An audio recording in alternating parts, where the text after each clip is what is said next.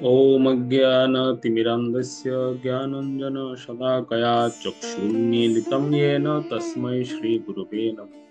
श्रीचैतन्यमनोभीष्टं स्थापितं येन भूतले स्वयं रूप कदा मह्यं ददाति सपदान्तिकम्।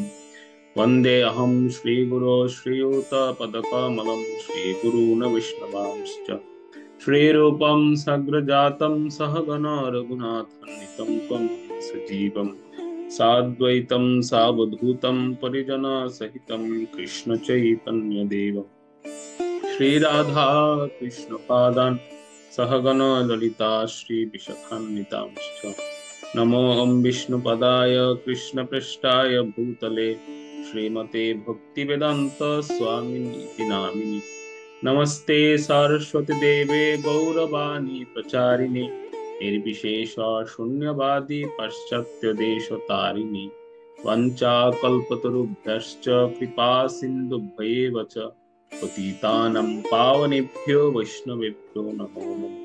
नमो महावदन्याय कृष्ण प्रेम प्रदायते कृष्णाय कृष्ण चैतन्य नाम्ने गौरतिशे नमः। हे कृष्ण करुणा सिंधु दीनबंधु जगत्पते गोपेश गोपिका कांत राधा कांत नमस्तुते तप्त कांचन गौरांगी राधे वृंदावनेश्वरी वृषभानुसुते देवी प्रणमामि हरिप्रिये। जय श्री कृष्ण चैतन्य प्रभु नित्यानंद श्री अद्वैत गदाधर श्रीवासादि गौरभक्तवृंद। हरे कृष्णा कृष्ण कृष्ण हरे हरे हरे राम राम राम हरे हरे। ओम नमो भगवते वासुदेवाय। ओम नमो भगवते वासुदेवाय। ओम नमो भगवते वासुदेवाय। नारायणं नमस्कृत्यं नरं चैव नरोत्तमं देवीं सरस्वतीं व्यासं ततो जयमुदीरये। नष्टप्रायेषु अभद्रेषु नित्यं भागवत सेवया भागवतमुत्तमं श्लोके भक्तिर्भवति नष्टिकी। मुखं करोति वाचालं पङ्गुं लङ्घयते गिरिं यत्कृपातमहं वन्दे श्रीगुरुं दीनतारिणं श्रीचैतन्येश्वरं परमानन्दमाधवं। नमो ओम विष्णुपदाय कृष्णपृष्ठाय भूतले श्रीमते जयत्ताका स्वामिनीति नामिने नमो आचार्य पदाय निताय पदायिने गौर कथा दामोदाय नगर ग्राम। हरे कृष्ण। সাপ্তাহিক শ্রীমদ্ ভাগবতম পাঠচক্র ক্লাস উপস্থিত সমস্ত ভক্তমণ্ডলীকে সুস্বাগতম জানাই সকলের শ্রীচরণ কমল দণ্ডবত প্রণাম জ্ঞাপন করছি। আমরা যথারীতি শ্রীমদ্ ভাগবতের প্রথম স্কন্ধ থেকে অধ্যয়ন করছি সপ্তদশ অধ্যায়। আজকে শ্লোক নং 33 থেকে আমরা শুরু করব, যেখানে আপনারা ক্লাস রিভিউতে শ্রবণ করেছেন যে আমরা মহারাজ পরীক্ষিত এবং কলির যে সংবাদ এটা আমরা চর্চা করছিলাম, আলোচনা করছিলাম যে যখন কলির সঙ্গে মহারাজ পরীক্ষিতের সাক্ষাৎ হয় ঠিক সেই সময় দুজনের মধ্যে কি কি কথোপকথন হয়েছিল, এবং তার মধ্যে বিশেষভাবে মহারাজ পরীক্ষিত তিনি কলিকে বলছিলেন যে আমার এই রাজ্যে যদি তুমি প্রবেশ করো তাহলে এই রাজ্যে কলুষতা কপটতা বিভিন্ন বিভিন্ন ভক্তির বিরুদ্ধ যে স্বভাব সেই বিষয়গুলো প্রবেশ করবে, সুতরাং তুমি আমার এই রাজ্যে প্রবেশ করতে পারবে না, আর এই স্থানটি তোমার জন্য নয়। তো কেন কলির জন্য স্থানটি নয় সেটা আমরা শ্লোক নং 33 থেকে আমরা শুরু করব। শ্লোক 33 নং শ্লোকটি পাঠ করব। নবর্তিতব্যম তদধর্মবন্ধ ধর্মেণ সত্যেন চ বর্তিতব্য ব্রহ্মাবর্তে যত্র যজন্তি যজ্ঞ যজ্ঞেশ্বরম যজ্ঞবিতান বিজ্ঞঃ। এতএব হে অধর্ম বন্ধু, পরমেশ্বর ভগবানের সন্তুষ্টি বিধানের জন্য যেখানে সত্য ও ধর্মের ভিত্তিতে যজ্ঞ বিস্তার নিপুণ যাজ্ঞিকেরা যজ্ঞ অনুষ্ঠান করেন, সেই ব্রহ্ম আবর্ত প্রদেশে তোমার থাকা উচিত নয়। এখানে মহারাজ পরীক্ষিত তিনি কলিকে খুব সুন্দর একটি বিষয় বললেন, যেখানে তিনি বর্ণনা করছিলেন, তাকে সম্বোধন করেছেন কিভাবে দেখুন, অধর্ম বন্ধু হিসেবে সম্বোধন করেছেন, যে হে অধর্ম বন্ধু। কলি হচ্ছে কার বন্ধু? অধর্মের বন্ধু। এটা উপমাটা অনেক বা সম্বোধনটা অনেক সুন্দর। হে অধর্ম বন্ধু, অধর্মের বন্ধু তুমি, তুমি এই স্থানে থাকতে পারো না। কেন থাকতে পারো না? কারণ যে স্থানে বর্তমানে তুমি আগমন করেছো, এই স্থানটি হচ্ছে, এই স্থানটিতে যারা বাস করে, বসবাস করে, তারা হচ্ছে ভগবানের সন্তুষ্টি বিধানের জন্যই কেবল কর্ম করে।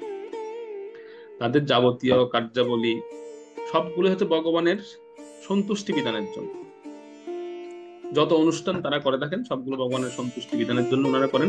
সন্তুষ্টি বিধান ছাড়া অন্য কোনো কার্য ওনারা করেন। তো সেজন্য তুমি এখানে থাকতে পারবে না।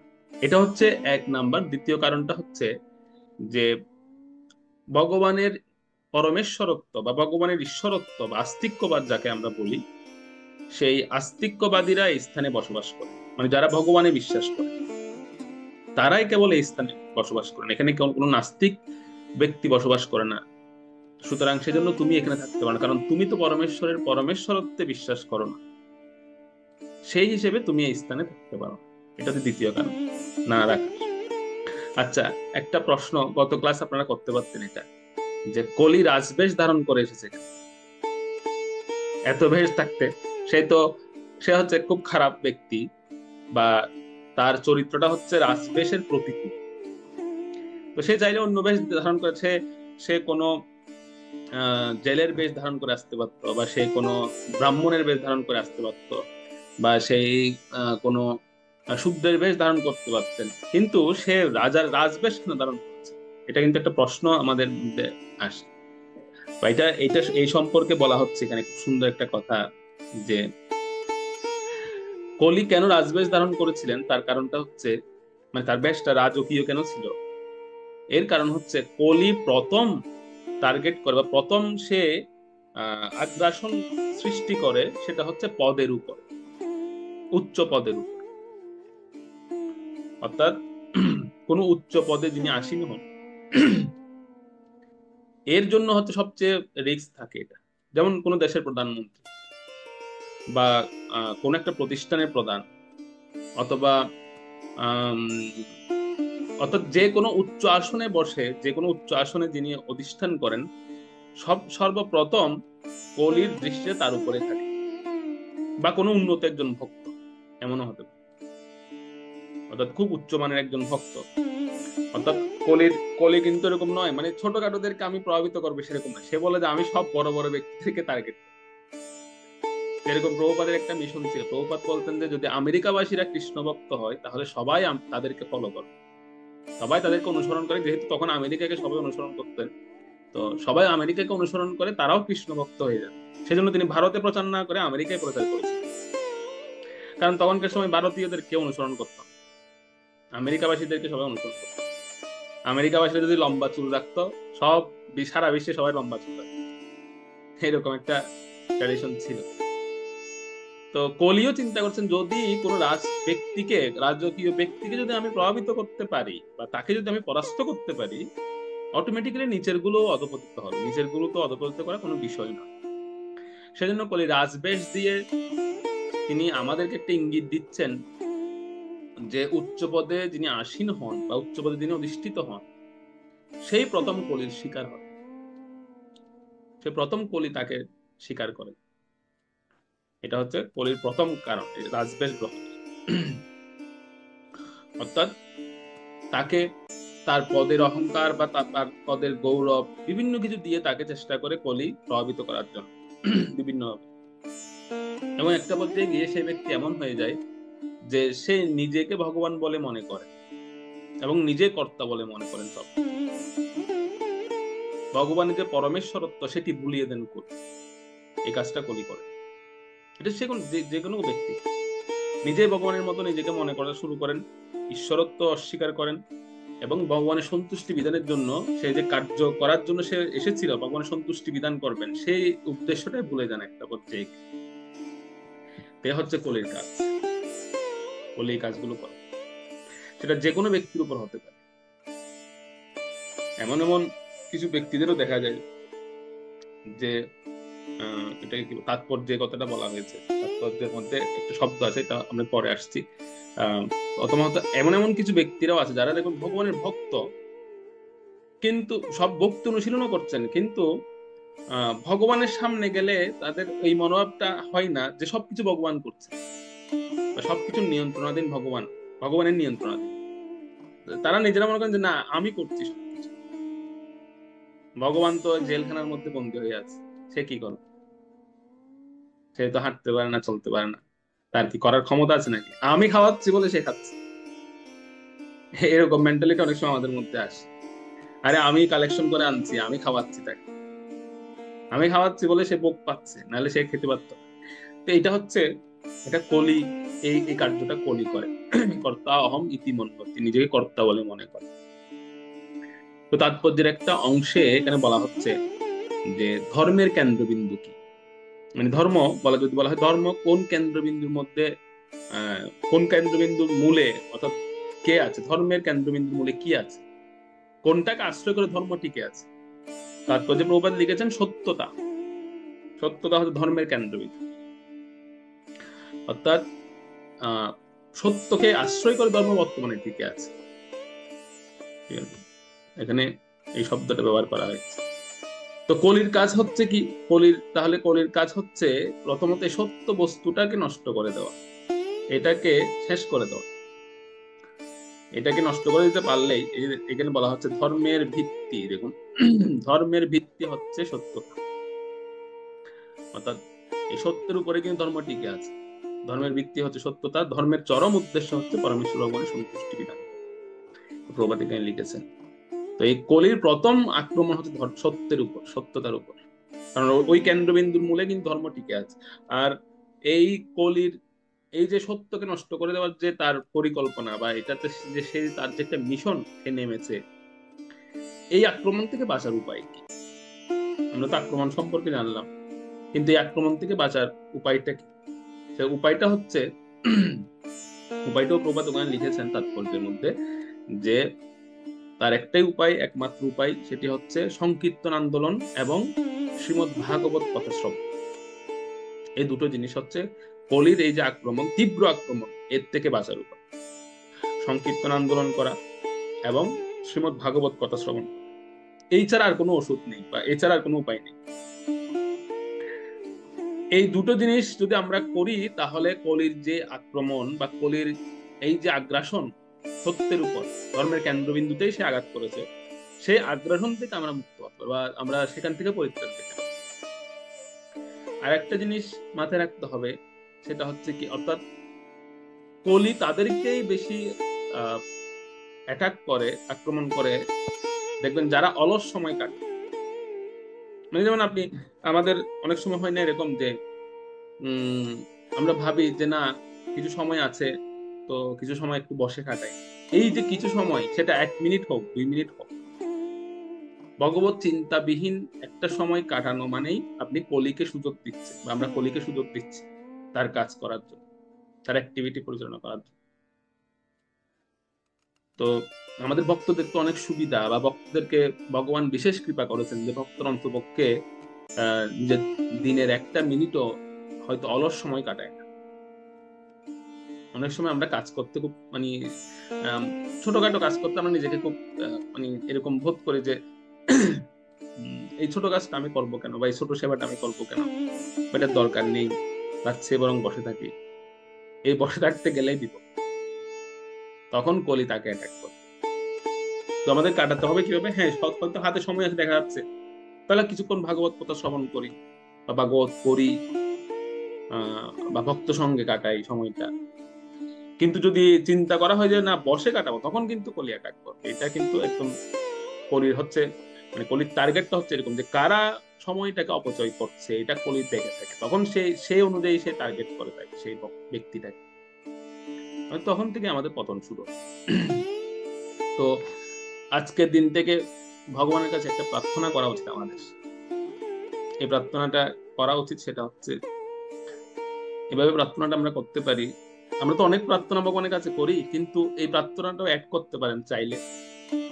এটা আমি আপনাদের সঙ্গে শেয়ার করছি। সেই প্রার্থনাটা হচ্ছে এরকম যে, হে ভগবান, যেন দিনে 24 ঘন্টায় মানে একটা সময় যেন আমি আপনার উপলব্ধি বা আপনার স্মরণ থেকে বিচ্যুত না হয়, এই প্রার্থনাটা দিনের শুরুতে আমাদের করা উচিত।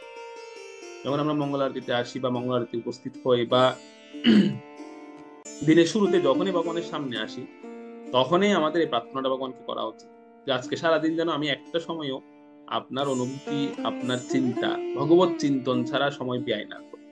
এটা আমাদের একটা নিত্য প্রার্থনা হতে পারে। তাহলে হয়তো কলির হাত থেকে আমরা কলির এই যে এটা এখান থেকে বাঁচতে পারবো। অনেক সময় ভক্তদের একটু ওভার কনফিডেন্স দেখা যায় যে আমি ভক্ত হয়ে গেছি, আমাকে কলি টলি আর ধরবে না। একটু পরে আসছি পরীক্ষিত মহারাজের জীবনী তো শুরু হয়েছে মাত্র, এই যে কলির সঙ্গে এটা। পরীক্ষিত মহারাজের তুলনায় আমরা কিছুই না। উনি যেভাবে শস্ত্রধারীও ছিলেন, মানে যার হাতে শস্ত্রও ছিল, দণ্ড ছিল, এবং সেই হিসেবে শশাগরা পৃথিবীর অধীশ্বর, চক্রবর্তী সম্রাট, পঞ্চপাণ্ডবদের নাতি, অনেক অনেক অনেক উপাধি উনার, এবং সর্বোপরি উনি হচ্ছেন একজন সবচেয়ে ভগবানের প্রিয় একজন ভক্ত, যাকে ভগবান গর্বে রক্ষা করেছিলেন। সেরকম ভক্ত কলির দ্বারা আক্রান্ত হবে, তাহলে সেক্ষেত্রে আমরা কি? আমরা তো কিছুই না, কিছুই না, মানে কিছুই না বলতে একদম কিছুই না, মশামাছিও না। সেই জন্য আমাদের প্রার্থনার শক্তি পারে আমাদেরকে এই এই বিপদ থেকে রক্ষা করতে, আর কোনো কিছু নেই। সেজন্য একটা প্রার্থনা, এটা আমরা ভগবানের কাছে করতে পারি দিনের শুরুতে। তো এইভাবে এই ধরনের ভগবত ভক্ত যারা, যাদের প্রসঙ্গে মহারাজ পরীক্ষিত কলিকে বলছিলেন যে তুমি এমন স্থানে এসে পৌঁছে গেছো, এই স্থানে তোমার কোনো থাকার স্থান নেই, কারণ এই স্থানে যারাই বসবাস করেন এরা প্রত্যেকে ভগবানের অত্যন্ত প্রিয় ভক্ত, এবং তাদের দিনের 24টা ঘন্টায় তারা ব্যয় করেন ভগবত চিন্তনে, ভগবানের উদ্দেশ্যে যজ্ঞ করার মাধ্যমে। সমস্ত যাজ্ঞিক ব্রাহ্মণরা সেখানে ভগবানের উদ্দেশ্যে হোম করছেন, যজ্ঞ করছেন প্রত্যেকে। সুতরাং তুমি এখানে বেশিক্ষণ টিকতে পারবে না, তোমার ভালো লাগবে না এই স্থান, তোমার বন্ধু নেই এখানে কেউ, তুমি তো অধর্মের বন্ধু, এখানে কেউ অধর্মই করে না, সুতরাং তোমার ভালো লাগবে না। সুতরাং তুমি এই স্থান, অর্থাৎ সেই স্থানের নাম ছিল ব্রহ্মাবর্ত। ব্রহ্মাবর্ত মানে আগেরকার দিনে ভারতবর্ষকে, মানে সেই সময় ভারতবর্ষকে ব্রহ্মাবর্ত বলা হয়। ভারতবর্ষের অনেকগুলো নাম, ইলাবৃত বর্ষ, ভারতবর্ষ, জম্বুদ্বীপ, ব্রহ্মবর্ষ, এভাবে বিভিন্ন, ব্রহ্মাবর্ত, এভাবে বিভিন্ন নামে সম্বোধন করা হয়। তো তুমি এই এই ভারতবর্ষ ত্যাগ করে তুমি চলে যাও, কারণ এই অঞ্চলে ভক্তরা ভগবানকে আরাধনা করে। এমনকি তারা যদি এই অঞ্চলে, তারা যদি কোনো দেবতাদের উপাসনা করেন, এটা আসছে পরের শ্লোকে, 34 নং শ্লোকে দেখবেন এটা, সেটাও ভগবানের উদ্দেশ্যে করে থাকে তারা, মানে এতটাই নিবেদিত ভগবানের। 34 নম্বর শ্লোকে আমরা যাই, 34 নম্বর শ্লোকটা তো ভাগবতম শ্লোক 34। यस्मिन् हरिर्भगवान् इज्जमान इज्जात्ममूर्तिर्यजतां सन्तनोति कामान् मोगान् स्थिरजङ्गमाना মন্তর্বহির্বায়ুরিব এষ আত্মা। অনুবাদ: যজ্ঞে যদিও কখনো কোনো দেবতা পূজিত হন, তথাপি সেই পূজার মাধ্যমে পরমেশ্বর ভগবানেরই পূজা হয়ে থাকে, কারণ তিনি স্থাবর জঙ্গম সকলেরই আত্মা এবং তিনি বায়ুর মতো সকলেরই অন্তর ও বাইরে অবস্থিত। সেই ভগবান শ্রীহরি যজ্ঞের দ্বারা সন্তুষ্ট হয়ে যাজ্ঞিকদের সর্বাঙ্গীন মঙ্গল সাধন করেন। তো তুমি কলিকে তিনি বলছিলেন যে তুমি যে স্থানে এসেছো, এই স্থানে যা কিছু হয় সবকিছু ধর্মের ভিত্তিতে হয়। এই স্থানটায় যেটা যেটা সম্পন্ন, যা কিছু সম্পন্ন সব ধর্মের ভিত্তিতে হয়। এমনকি যেটা বলা হচ্ছে যে কেউ যদি দেবতা পূজাও করেন, দেবতাদের আরাধনাও করেন, সেটাও তারা ভগবানের জন্যই করেন। অর্থাৎ কেউ যদি দেব পূজা, যেমন যেমন এখানে তাৎপর্য প্রভুপাদ উল্লেখ করেছেন যে মানুষ দেব পূজা কেন করে, বা দেব পূজাটা কিভাবে পক্ষান্তরে ভগবানেরই আরাধনা হয়, সর্বশেষ গিয়ে সেটা ভগবানেরই আরাধনায় পর্যবসিত হয়, সেই প্রসঙ্গটা তাৎপর্য প্রভুপাদ লিখেছেন। সেই জন্য কেউ যদি এখানে দেব আরাধনাও করে থাকে, সেটাও ভগবানের উদ্দেশ্যে করে থাকেন। এই স্থানের সকলের, এদের এই স্থানে যারা বসবাস করেন তাদের প্রাণটা কি? তাদের প্রাণ হচ্ছে ধর্মটাই, হচ্ছে তাদের প্রাণ, তাদের প্রাণ শক্তি হচ্ছে ধর্ম। আর তাদের বস্ত্রটা কি? এই স্থানে যারা বাস করে তাদের তাদের পোশাকটা কি? তাদের পোশাক হচ্ছে সত্য। আমরা পূর্ববর্তী শ্লোকে পড়েছি যে সত্য হচ্ছে কেন্দ্রবিন্দু ধর্মের। তো এখানেও বর্ণনা করা হচ্ছে এই স্থানের এই এই এই অঞ্চলের অধিবাসীদের প্রাণ হচ্ছে ধর্ম, তারা ধর্মের বাইরে কোনো কিছু করেন না। আর তারা যে পোশাক পরে আছে, মানে আবরণ, তাদের দেহের আবরণটা হচ্ছে সত্য, সত্য হচ্ছে তাদের দেহের আবরণ, তাদের বস্ত্র। সুতরাং এই স্থানে কোনো লোভ, হিংসা কোনো কিছুই নেই, তুমি এগুলো কোনো কিছুই পাবে না এই জায়গায়। সুতরাং এই স্থানটা তোমার জন্য নয়। তো তো এই কথাটা বলে পরীক্ষিত মহারাজ কলিকে বলছিলেন যে যেহেতু এই স্থানটা হচ্ছে ধর্মের স্থান এবং এখানে সত্যকে তারা আশ্রয় করে অবস্থান করছেন, তো আমি কেন শুধু জেনে শুনে এই অধর্মকে এই জায়গায় স্থান দেব? পরীক্ষিত মহারাজ বলছে, কেন আমি অধর্মকে এখানে জায়গা দেব? তোমার প্রভাবে এই স্থানটা অধর্মের প্রভাব বেড়ে যাবে। তুমি যখন আসবে তোমার বন্ধু এখানে আসবে, অধর্ম আসবে। আর অধর্ম যখন আসবে তখন লোভ, হিংসা সেগুলো দেখা যাবে, এগুলো দেখা যাবে। তো সুতরাং আমি শুধু জেনে শুনে কেন এটা করবো? অতএব তুমি এই স্থান ত্যাগ করো। এটা হচ্ছে ধর্মের একটা প্রাসাদ, এই ধর্মের প্রাসাদে অধর্মের পতাকা তুমি উড়াতে পারবে বা আমি উড়াতে দেব, তুমি চেষ্টাও করো না। সুতরাং তুমি এই স্থান এক্ষুনি পরিত্যাগ করো। তো এই সময় এই কথাগুলো যখন তিনি বলছিলেন পরীক্ষিত মহারাজ, ওনার স্বরূপটা কেমন ছিল, ওনার রূপটা কেমন ছিল, সেই প্রসঙ্গটা সুত গোস্বামী পাদ পরবর্তী শ্লোকে বর্ণনা করছেন। 35 নং শ্লোকে আমরা যাই, 35 নং শ্লোকটা করুন। হরে কৃষ্ণ। শ্লোক নং 35। শ্রুতা উবাচ পরীক্ষিত এবমাদিষ্ট সকলির্জাত ব্যাপথো তমোদ্যতাসি মাহেদম দণ্ডপাণিমি বুদ্যতম। অনুবাদ: শ্রী সুত গোস্বামী বললেন, এভাবে মহারাজ পরীক্ষিত কর্তৃক আদিষ্ট হয়ে কলি ভয়ে কাঁপতে লাগলো। তরবারি হস্তে তাকে বধ করতে উদ্যত পরীক্ষিত মহারাজকে তখন তার কাছে যমরাজের মতো মনে হয়েছিল। তখন সে মহারাজ পরীক্ষিতকে এভাবে বলতে লাগলো। এখানে ভক্ত হিসাবে যদি আমরা বিচার করি, সুত গোস্বামী পাদ বর্ণনা করছিলেন, যদি আমরা একজন ভক্ত হিসেবে পরীক্ষিত মহারাজকে দেখি, তাহলে কিন্তু পরীক্ষিত মহারাজ ঠিকই কলিকে আশ্রয় দিতেন একজন ভক্ত হিসাবে। কিন্তু পরীক্ষিত মহারাজ কেন তাকে আশ্রয় দিতে চাচ্ছেন না? তার কারণ হচ্ছে, কেউ যদি আদেশ অমান্য করেন, যদি আদেশ লঙ্ঘন করেন, তখন তাকে কেউ আশ্রয় দেন, তখন কেউ কেউ কেউ বা তাকে কেউ সহ্য করবে। এটা হচ্ছে জগতের নিয়ম। যদি ভক্ত হিসেবে আমরা বিচার করি, পরীক্ষিত মহারাজ কলিকে আশ্রয় দিতে পারেন, কিন্তু কলি আদেশ অমান্যকারী, সেই জন্য পরীক্ষিত মহারাজ তাকে সহ্য করতে পারছেন না। এমনকি কোন আদেশ অমান্যকারী ব্যক্তিকে প্রকৃতিও সহ্য করেন না। এই যে প্রকৃতি, মাতা প্রকৃতিও তাকে সহ্য করেন না, কেউ আদেশ অমান্য করেন, আদেশ লঙ্ঘন করেন। তো অনেক সময় এটা হয়তো একটা সময় যখন এগুলো পড়ছিলাম, মানে আগে যখন আমি পড়ছিলাম, আমার নোট খাতায় দেখতে গিয়ে দেখছিলাম, যখন পড়ছিলাম তখন অতটা উপলব্ধি ছিল না, বা তখন হয়তো পড়তে গিয়ে, নোট করতে গিয়ে বা বিভিন্ন গ্রন্থ পড়তে গিয়ে হয়তো নোট করেছি, তখন এত উপলব্ধি ছিল না। এখন বাস্তবে হারে হারে উপলব্ধি হচ্ছে। বিভিন্ন কারণে যখন দায়িত্বে আসা হয় বা দায়িত্ব দেওয়া হয়, তখন এই উপলব্ধিগুলো একদম জীবনে চরম ভাবে দেখা যায়। যে কাউকে কিছু বললাম, সে শুনলো না, সেটা তখন কেমন লাগে। এটা থিওরিক্যাল যখন পড়েছি তখন অতটা উপলব্ধি করতে পারি, কিন্তু প্র্যাকটিক্যাল যখন দেখতে পাই, তখন আসলে বুঝতে পারি যে পরীক্ষিত মহারাজ কেন কলিকে সহ্য করতে পারছেন না। কারণ কলি আদেশ অমান্যকারী, সে আদেশ অমান্য করেছে।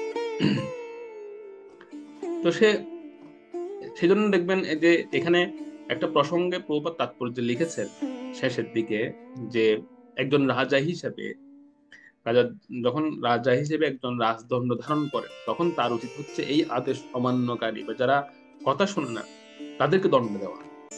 সেখানে প্রভুপাদ আরো খুব গুরুতর ভাবে বলেছেন, আমি সেটা বলছি না। প্রভুপাদ খুব গুরুতর, যে রাজা হিসেবে একজন ব্যক্তিকে দণ্ড দেওয়া উচিত বা দণ্ড দেওয়া যেতে পারে। কিন্তু আবার এখন এমন হয় যে আপনি দণ্ড দিলেন, তখন এত নিষ্ঠুর কেন, এই দণ্ড দিচ্ছে এত নিষ্ঠুর। তো কি করবেন, দণ্ড দিবেন নাকি দণ্ড দিবেন, এই মাঝখানে ঘটনার মধ্যে পড়তে হবে। দণ্ড দিলে বলে এত নিষ্ঠুর কেন, আবার দণ্ড না দিলেও বিপদ। তো রাজার উচিত, প্রভুপাদ সেখানে লিখেছেন, রাজার উচিত হচ্ছে সমাজে যারা বিশৃঙ্খলা করে, বিশৃঙ্খলা সৃষ্টি করে তাদেরকে শাসন করা। এটা হচ্ছে রাজার দায়িত্ব। এটা ভক্তদেরও উচিত।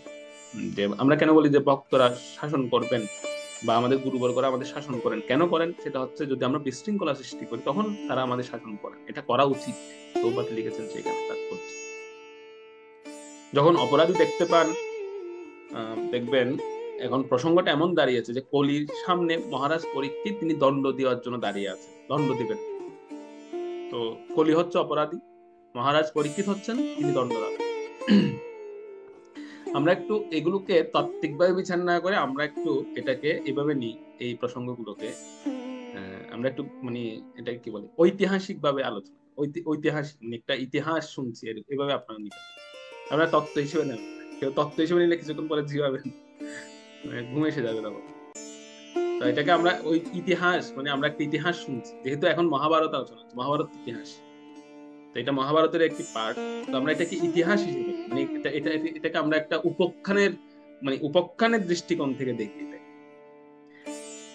আমরা কল্পনা করুন যে কলি ভয়ে ভীত হয়ে দাঁড়িয়ে আছে মহারাজ পরীক্ষিতের সামনে, আর মহারাজ পরীক্ষিত দণ্ড হাতে দাঁড়িয়ে আছে, মানে তাকে দণ্ড দেবে।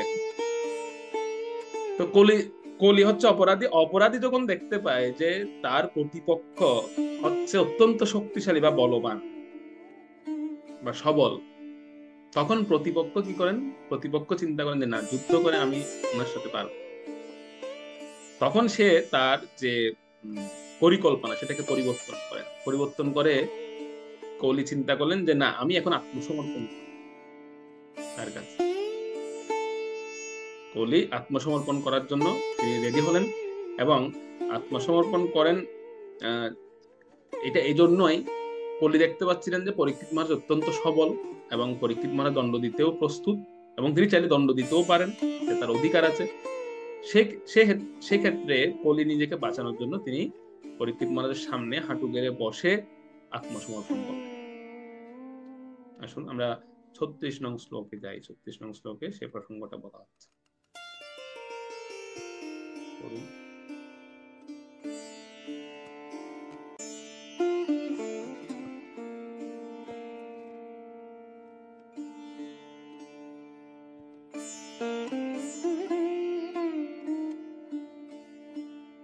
কে পড়ছে?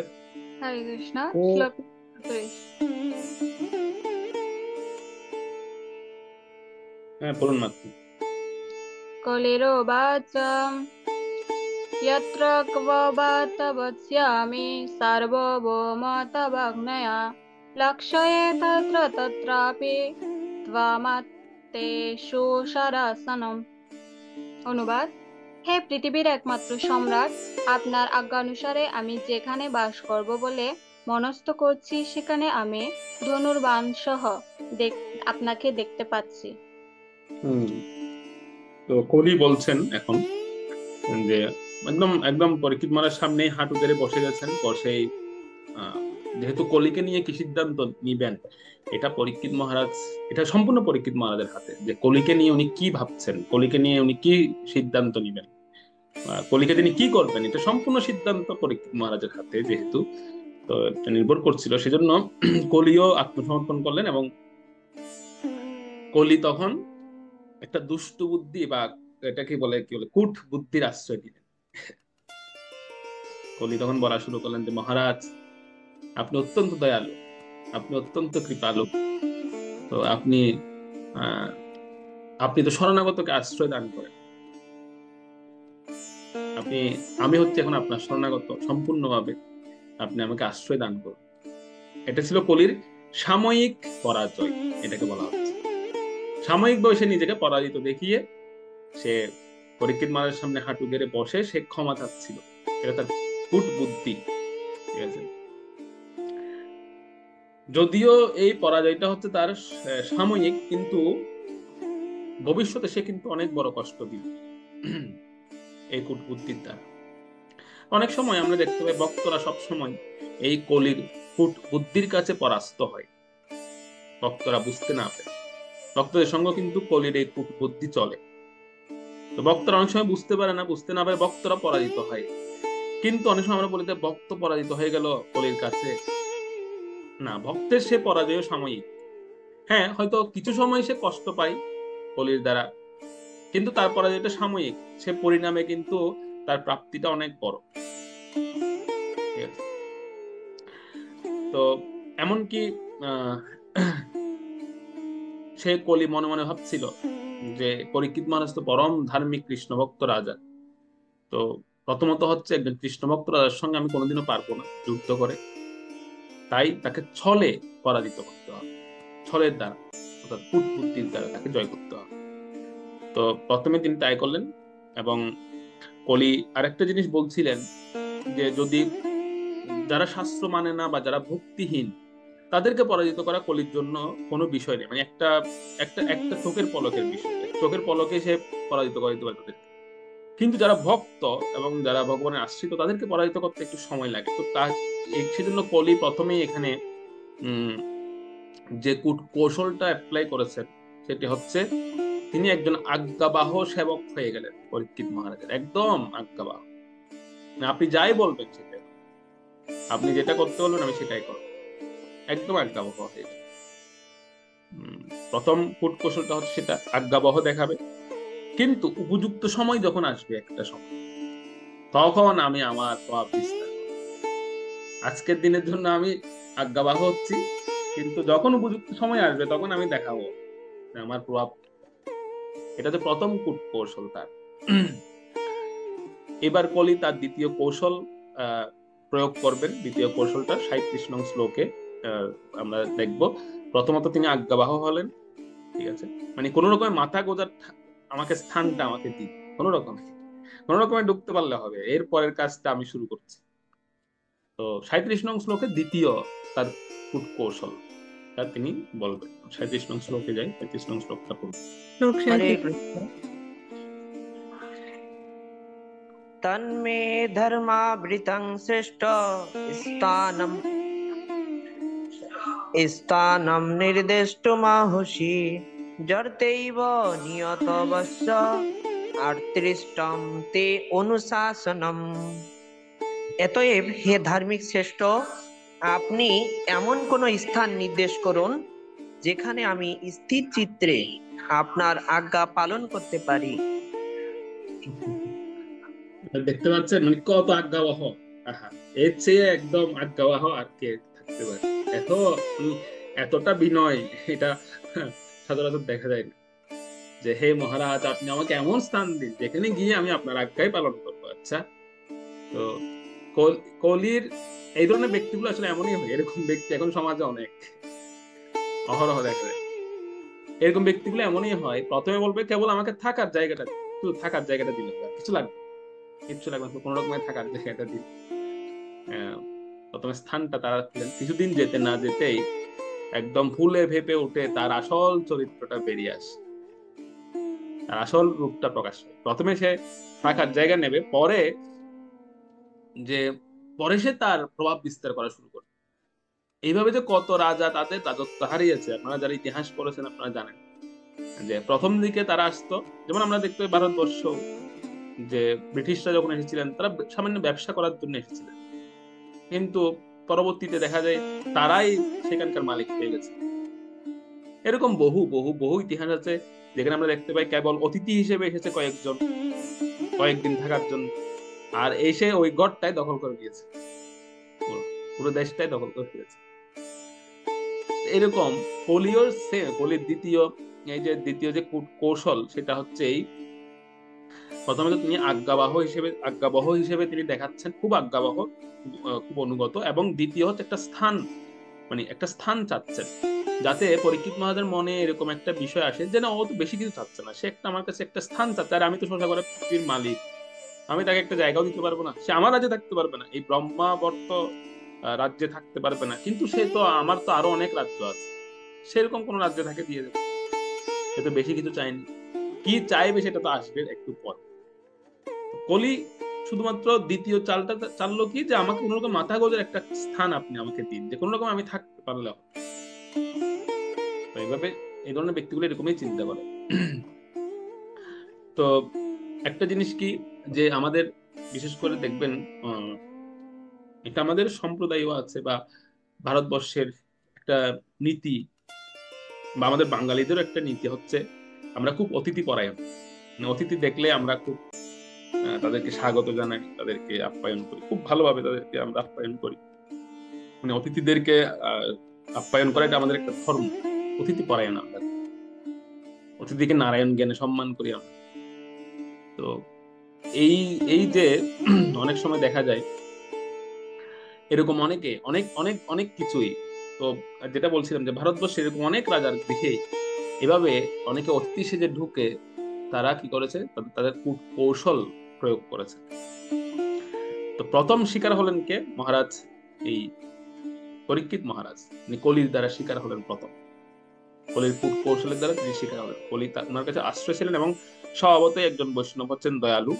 তিনি শরণাগতকে আশ্রয় দান করা ওনার ধর্ম, তিনি শরণাগতকে আশ্রয় দেন। তো তিনি কলিকে সেজন্য তিনি এখন তিনি তাকে দণ্ড না দিয়ে তিনি একটা বিবেচনা করা শুরু করলেন। তিনি বিবেচনা করা করছিলেন, শরণাগতকে আশ্রয় দেবো, রক্ষা করবো, এটা তো আমার ধর্ম। কিন্তু পরিণামে যে সেই কপট ব্যক্তিটা ওনার জীবনে অন্ধকার হয়ে নেমে আসবে বা একটা কুপ্রভাব ফেলার চেষ্টা করবে, সেটা হয়তো অনেক সময় ভক্তগণ বা বৈষ্ণবগণ বা যারা কোমল হৃদয়ের ব্যক্তি ওনারা সেটা বুঝতে পারেন। তবে এইটার পরীক্ষিত মহারাজ, আমি আগেই বলে দিচ্ছি আপনাদের, যদি এটা আগে বলা উচিত নয় তারপরেও বলতে, যে পরীক্ষিত মহারাজ কলির দ্বারা যে আক্রান্ত হয়েছেন বা কলির দ্বারা যে পরীক্ষিত মহারাজ ছলনায় পড়েছেন, এটা ভগবত ইচ্ছা। তার কারণটা হচ্ছে এই জন্যই যে এখান থেকে আমাদের শিক্ষা নেওয়ার জন্যই ভগবান এই লীলাটা ঘটিয়েছেন।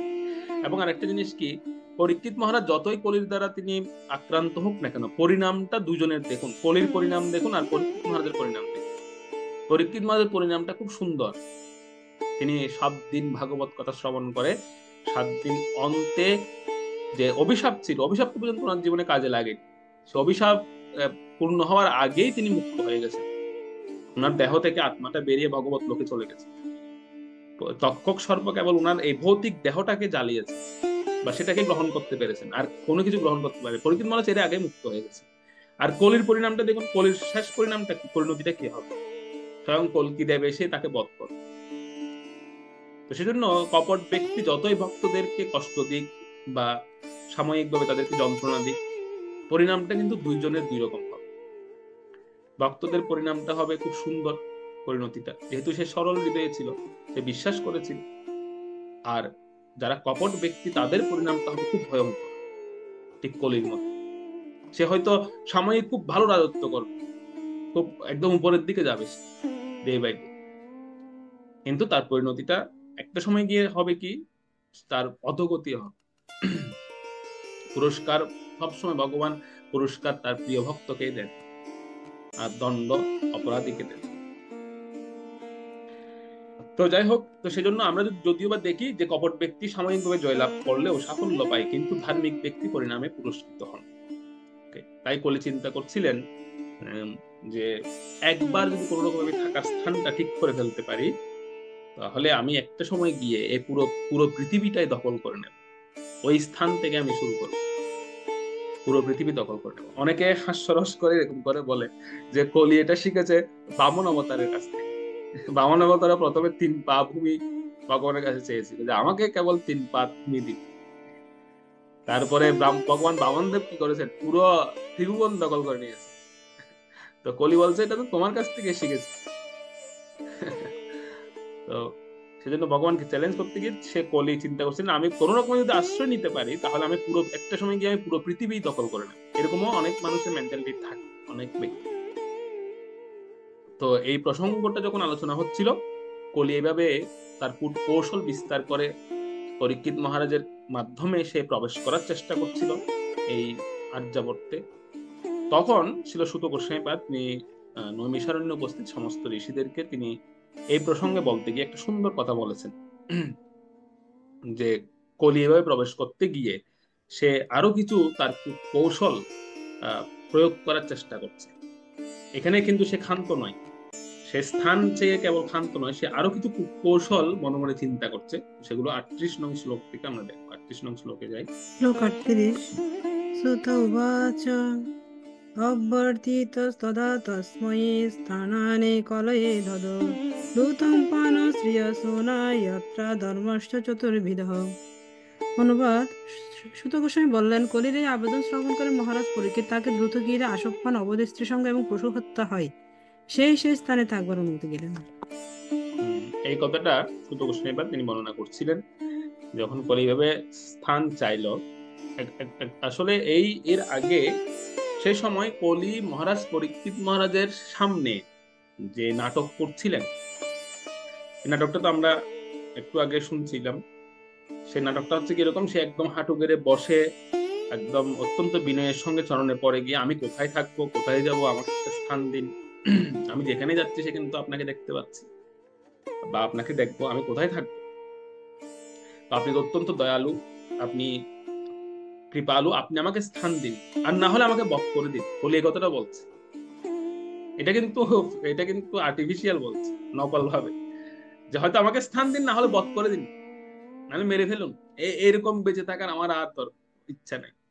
আহা হা, মানে কিভাবে বলছে সে, যে আমাকে বধ করে দিন। তো এটা শুনে পরীক্ষিত মহারাজ, তিনি তো দয়ালু, তিনি উনার মনে একটু একটু এরকম বিষয়টা এসছে যে না, যেহেতু সে আশ্রয় গ্রহণ করেছে, আমার চরণে পড়েছে, শরণাগত, সে তাকে আশ্রয় দেওয়া উচিত। তো তখন তাকে পরীক্ষিত মহারাজ তিনি কিছু স্থান নির্দিষ্ট করে দিলেন। যেহেতু কলি একটা কথা বলে পরীক্ষিত মহারাজকে আঘাত করেছিল, সেটা হচ্ছে কি, শরণাগতকে আশ্রয় দেওয়াটা হচ্ছে প্রজাপালকের, রাজার ধর্ম। তো আপনি যদি এই ধর্ম উপদেশ আপনি সারা জগৎকে দিতে পারেন, তাহলে সেই উপদেশটা আপনি প্রতিপালন করুন। এবার আমি আপনার শরণাগত হয়েছি, আপনি আমাকে আশ্রয় দিন। এই কথাটা পরীক্ষিত মহারাজের খুব লেগেছে, যে আসলেই তো রাজা তো শরণাগত বৎসল, তো আমি কি করতে পারি, কিন্তু বধ করা ঠিক হবে না, এটা তো একটা পাপ হবে, তাকে আমি স্থান দিই। তো যেই স্থান তিনি দিয়েছেন কলি, তার পূর্বে কলি এটা বলছিল যে আপনি যদি আমাকে স্থান এই না দেন, তাহলে এটা অনেকটা পরোক্ষভাবে বধ করার মতোই হবে। মানে আপনি আমাকে জায়গা দিচ্ছেন না, কিন্তু সব জায়গায় তাড়িয়ে বেড়াচ্ছেন আমাকে, যেখানে যাচ্ছে সেখানে আপনাকে দেখতে পাচ্ছি, তরবারি হাতে আপনাকে দেখতে পাচ্ছি যে স্থানে যাচ্ছে। তো সুতরাং এটা তো পরোক্ষভাবে বধ করার মতোই, তার চেয়ে বরং আমাকে এক কোপে কেটে একদম বধ করে দিন, সেটাই তো ভালো। এসব কথা শুনে পরীক্ষিত মহারাজ চিন্তা করছেন, আচ্ছা ঠিক আছে, দাও, তোমাকে 4টা স্থান দিলাম।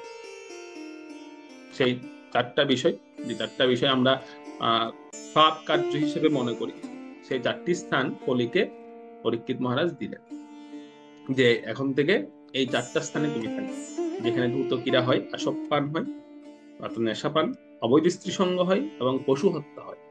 এই 4টি স্থানে তুমি থাকতে পারো, অধর্মের স্থান। তো এই 4টি স্থান তুমি থাকবে। তাৎপর্য ছিল, প্রভুপাদ একটা সুন্দর রাষ্ট্রনীতি, এই 4টা বিষয় নিয়ে, বিষয়ের উপরে রাষ্ট্রনীতি ব্যাখ্যা করেছেন। কেউ যদি এই রাষ্ট্রনীতিটা কোন রাষ্ট্রে প্রয়োগ করে, তাহলে সেই রাষ্ট্রের কোনোদিন দুঃখ দুর্দশা আসবে, বা সেখানে কোনো অনিয়ম, দুর্নীতি এসব থাকবে। খুব সুন্দর একটা রাষ্ট্রনীতি প্রভুপাদ তাৎপর্যে, বিস্তৃত তাৎপর্যে এখানে বর্ণনা করেছেন।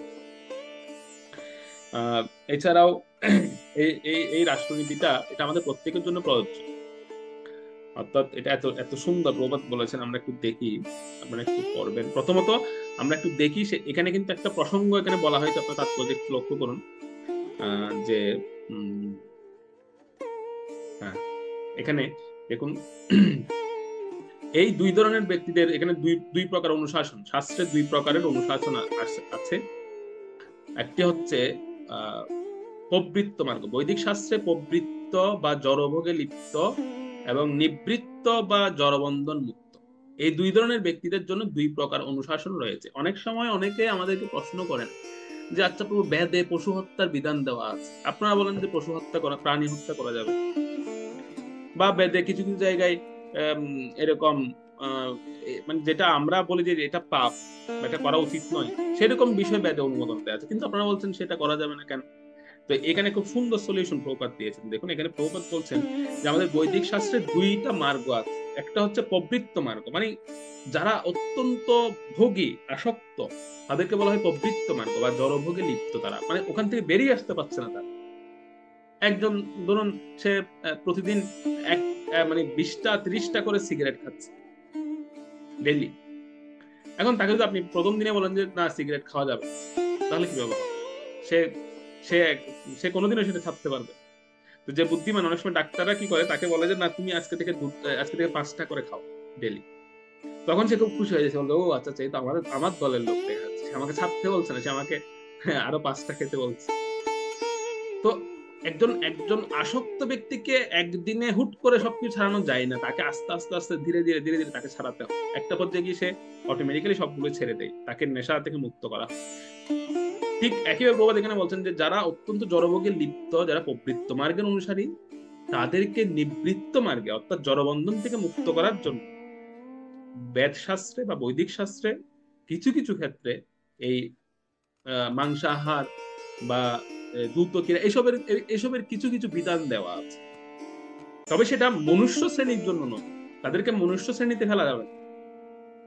তারা হচ্ছে এই 4টা নিয়ম যারা পালন করে তারা হচ্ছে মানুষ। আমরা তো মনে 4টা নিয়ম পালন করে সে ভক্ত হয়ে গেছে, না, ভক্ত লেভেলটা আরো উপরে। 4টা পাপ কার্য যারা করেন না তাদেরকে বলা হয় মানুষ, তারা মানুষ শ্রেণীর মধ্যে পড়ে। আর যারা এই 4টা পাপ কার্য করেন তাদেরকে মনুষ্য শ্রেণীতে রাখা, তারা আর পশুর মধ্যে কোনো পার্থক্য নেই, এটা মহাভারতে বলা হচ্ছে। এই 4টা আহার নিদ্রা ভয় মৈথুনঞ্চ সামান্য মেত পশুবীর নরানা। পশু এবং নর বা মানুষের মধ্যে সামান্য মাত্র তফাৎ নেই যারা এই 4টা পাপ কার্য করে।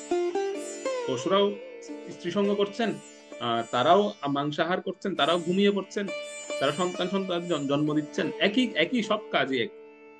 সুতরাং একজন ব্যক্তি পশুত্ব থেকে মানুষে উঠে আসেন কখন? যখন সে 4টা পাপ কার্য করে না। সে দ্রুতক্রিয়া অর্থাৎ সে তাস পাখা জুয়া এসব খেলে না, অবৈধ স্ত্রী সঙ্গ করে না, আসব নেশা পান করেন না, পশু হত্যা করেন, কোনো প্রাণীকে হত্যা করেন, তখন সে মনুষ্য লেভেলে চলে আসে, মানুষ স্তরে সে উঠে আসে।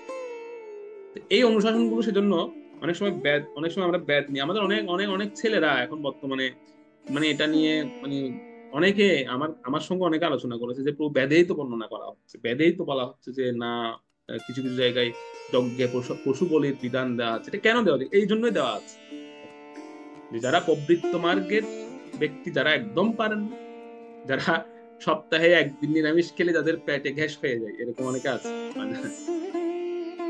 নিরামিষ খেতে বলবেন, গ্যাস হয়ে যায়, খেতে পারে। তো তাদের জন্য হচ্ছে এটা ঠিক আছে বাবা, সপ্তাহে অন্তপক্ষে একদিন খাও, অন্যদিন।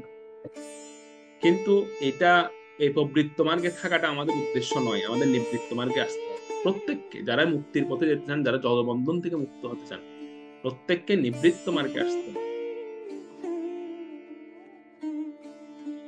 তো যাই হোক, প্রভুপাদ সেজন্য এখানে বৈদিক শাস্ত্র উপরে এই জিনিসটা ব্যাখ্যা করেছেন যে সেজন্য বৈদিক শাস্ত্রে কিছু জায়গায় যে পশু হত্যার বিধান আছে, সেটা হচ্ছে এই কারণেই আছে, প্রবৃত্ত মার্গ থেকে নিবৃত্ত মার্গে আনার জন্য। তো সেজন্য প্রভুপাদ এখানে কিছু আদর্শ রাষ্ট্রনীতি তিনি ব্যাখ্যা করেছেন, আমরা একটু সেগুলো দেখি।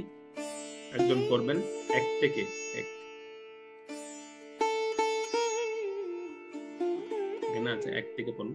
মাসে কমপক্ষে 2 দিন উপবাস করা তপশ্চর্যা। অর্থনৈতিক দিক দিয়েও মাসের সকালে যদি 2 দিন উপবাস করে তাহলে প্রচুর পরিমাণে খাদ্য সঞ্চয় হবে এবং এই ব্রত অনুশীলন করা হলে নাগরিকদের স্বাস্থ্যের পক্ষেও তা অত্যন্ত মঙ্গলজনক হবে।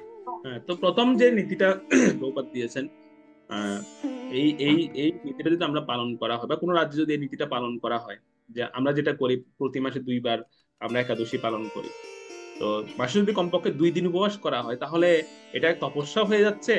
অর্থনৈতিক ভাবেও কিন্তু সেই দেশ অনেক অনেক স্বাবলম্বী হবে, কারণ মাসে 2 দিন উপবাস করা মানে প্রচুর পরিমাণে খাদ্য সঞ্চয় হয়ে যাবে, প্রচুর পরিমাণে। এটা নাগরিকদের এটা তাদের স্বাস্থ্যের জন্য উপকার হবে। ডাক্তাররা বলেন যে মাসে অন্ততপক্ষে 2 বার আমাদের যে স্টমাক তাকে রেস্ট দেওয়া উচিত, আমাদের শরীরে যে যন্ত্রাংশ গুলো আছে ভেতরে তাদেরকেও বিশ্রাম দেওয়া উচিত, মাসে অন্তত 2 দিন ফাস্টিং করা উচিত।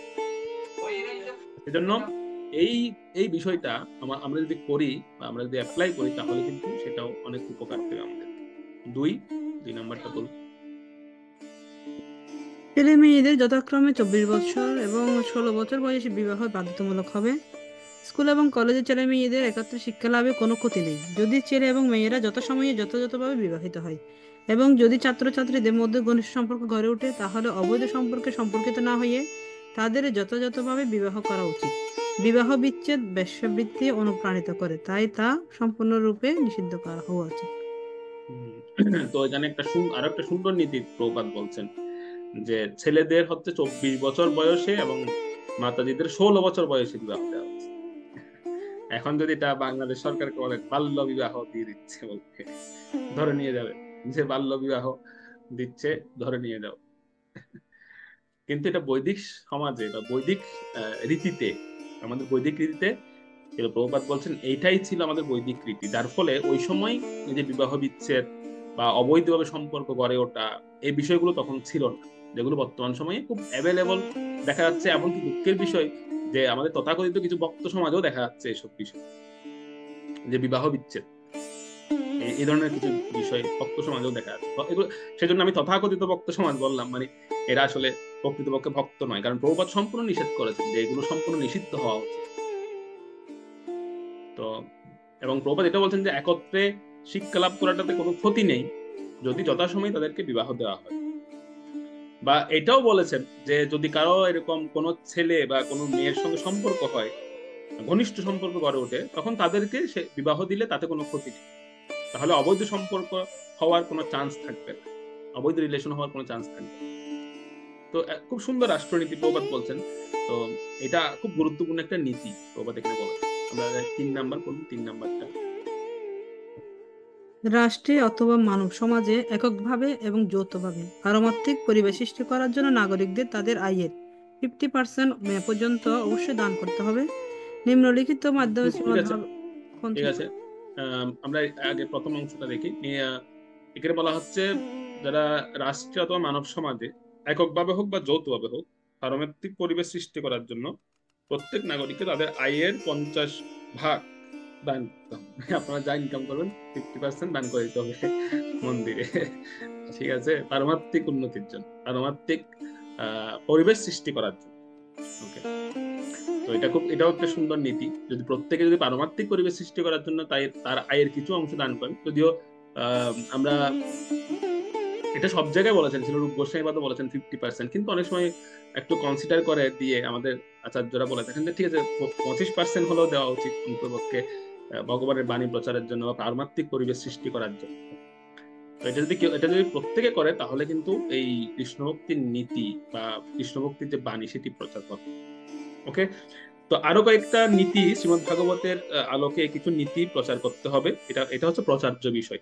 আগের গুলো ছিল রাষ্ট্রনীতি, এখন যে কথাগুলো তিনি বলছেন বা শিল প্রভুপাদ এখানে লিখেছেন সেগুলো হচ্ছে একজন ভক্তের নীতি, এই নীতিগুলো প্রচার করা, শ্রীমদ ভাগবতের নীতি, যেটা সাধারণ নীতি, এগুলো প্রচার করা। এগুলো করুন, করেন। কর্মযোগ বা ভগবানের সন্তুষ্টি বিধানের জন্য সবকিছু করা। ভগবত ভক্ত বা তত্ত্ববেত্তা মহাজনদের কাছে নিয়মিতভাবে শ্রীমদ ভাগবত শ্রবণ করা।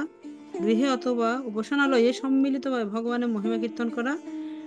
শ্রীমদ ভাগবতের বাণী প্রচারক ভাগবতদের সর্বোত্তভাবে সেবা করা এবং ভগবত চেতনাময় পরিবেশে বাস করা।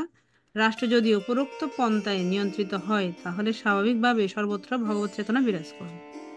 তো আমরা এখানে কতগুলো নীতি পাচ্ছি, সাধারণ নীতি প্রভুপাদ দিয়েছেন, যে এই নীতিগুলো নিজেও করা উচিত এবং এটা প্রচারও করা উচিত। প্রথমত কর্মযোগ বা ভগবানের সন্তুষ্টি বিধানের জন্য সবকিছু করা, যা কিছুই আমরা করি, ব্যবসা বাণিজ্য যা কিছু আছে আমাদের, বা আমাদের যে মানে সারাদিনের যে কার্যাবলী, সেগুলো আমরা যা কিছুই করি না কেন সেগুলো যেন এই জন্যই আমরা ব্যবহার করা উচিত যাতে ভগবানের সন্তুষ্টি বিধান, যেটা আমরা প্রথম থেকে আলোচনা করে আসছিলাম।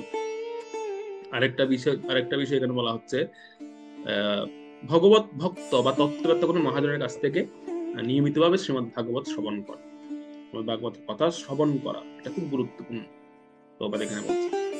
আর গৃহে অথবা উপাসনালয়ে সম্মিলিতভাবে ভগবানের মহিমা কীর্তন করা, এটা গৃহে হতে পারে অথবা কোনো মন্দিরে একই সাথে সম্মিলিতভাবে সকলে একসাথে বসে ভগবানের মহিমা কীর্তন করা, ভগবানের মহিমা কীর্তন অংশগ্রহণ করা। ঠিক আছে, আর শ্রীমদ ভাগবতের বাণী প্রচারক ভাগবতদের সর্বতভাবে সেবা করা, যারা শ্রীমদ ভাগবতের বাণী প্রচার করছেন সর্বত্র তাদেরকে সেবা করা উচিত।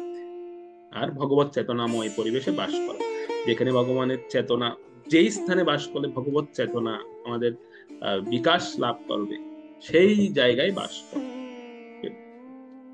তো এইভাবে যদি কোনো একটা রাষ্ট্রনীতি গঠিত হয় বা কোনো রাষ্ট্র পরিচালিত হয়, প্রভুপাদ লিখছেন যে সেই রাষ্ট্রে অত্যন্ত সুন্দর একটি পরিবেশ সৃষ্টি হয় এবং সেখানে সেই সুন্দর একটি রাষ্ট্র ব্যবস্থা গড়ে উঠে সেখানে, আদর্শিক একটি রাষ্ট্র ব্যবস্থা গড়ে উঠে সেখানে। এছাড়াও এখানে বৈদিক সাহিত্যের যে বিষয় নিয়ে আমরা দ্বন্দ্ব, হয়তো আমাদের মধ্যে একটা দ্বন্দ্ব ছিল, সেটাও প্রভুপাদ এখানে নিরসন করে দিয়েছেন যে মানুষ প্রত্যেক মানুষকে আস্তে আস্তে ধীরে ধীরে ধীরে ধীরে প্রবৃত্তি মার্গ থেকে নিবৃত্তি মার্গের পথে নিয়ে আসার জন্যই বৈদিক সাহিত্যে কিছু কিছু ক্ষেত্রে আমরা যেগুলোকে পাপ আচরণ বা আমরা যেগুলোকে পাপ কার্য বলে দেখাই, সেগুলোকে অনুমোদন দেওয়ার, মানে খুব খুব স্বল্পভাবে অনুমোদন দেওয়ার বিধান এই জন্যই দেওয়া হয়েছে, যাতে মানুষ ধীরে ধীরে ধীরে ধীরে নিবৃত্তি মার্গের দিকে আসে।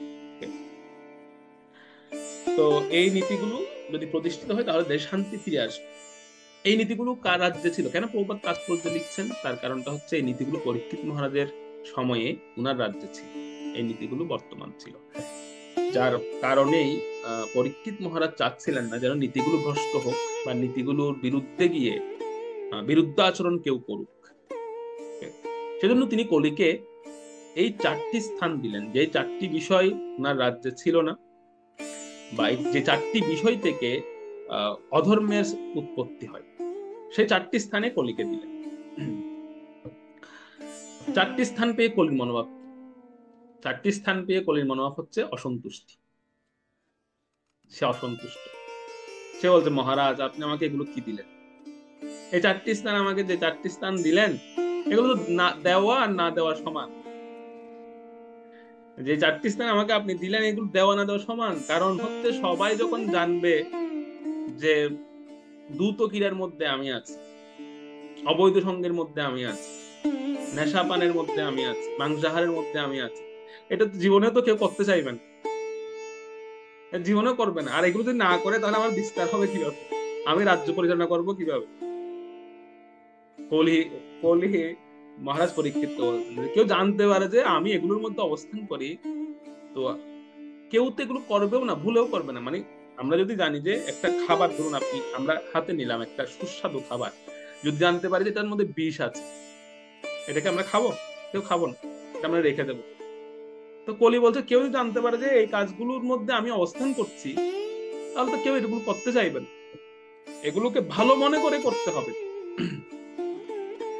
যেমন কোনো কাজ যদি আমি আমার নিজের ইচ্ছাতে করি, মানে খুশি মনে করা আর হচ্ছে বাধ্য হয়ে করার মধ্যে পার্থক্য আছে। একটা হচ্ছে আমি খুশি হয়ে করছি, আমি আমি আমি একটা আমি একটা যে কোনো একটা একটা এক্সাম্পল দিলে আপনারা বুঝতে পারবেন যে ধরুন আমি খেলতে গেলাম, আমি ক্রিকেট খেলতে গেলাম, আমি খুশি হয়ে গেলাম আর বাধ্য হয়ে গেলাম, দুইয়ের মধ্যে পার্থক্য আছে। বাধ্য হয়ে গেলে কি হবে, সবাই খেলছে আমিও আছি, তার মধ্যে দেখা যাচ্ছে একটা বল আসছে, আমি অন্যদিকে তাকিয়ে আছি, আমি ধরছি না সেটা, কারণ আমার ওই খেলাতে আমার মন নেই।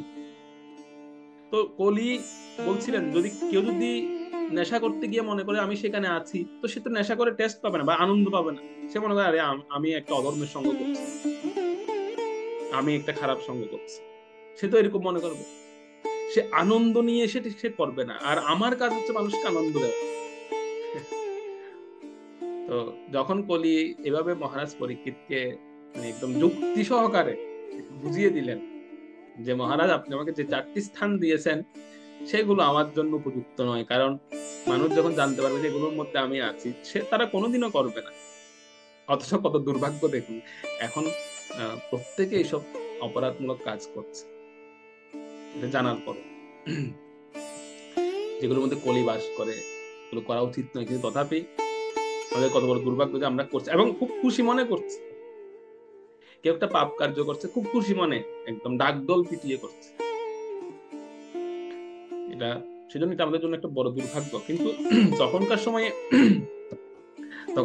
কলি কত বেশি চিন্তা করছে যে কেউ যখন জানতে পারবে যে আমি এগুলোর মধ্যে আছি, কেউ করবে না। আরে কলি মহারাজ, এমন দিন আসবে মানুষ জানার পরেও করবে।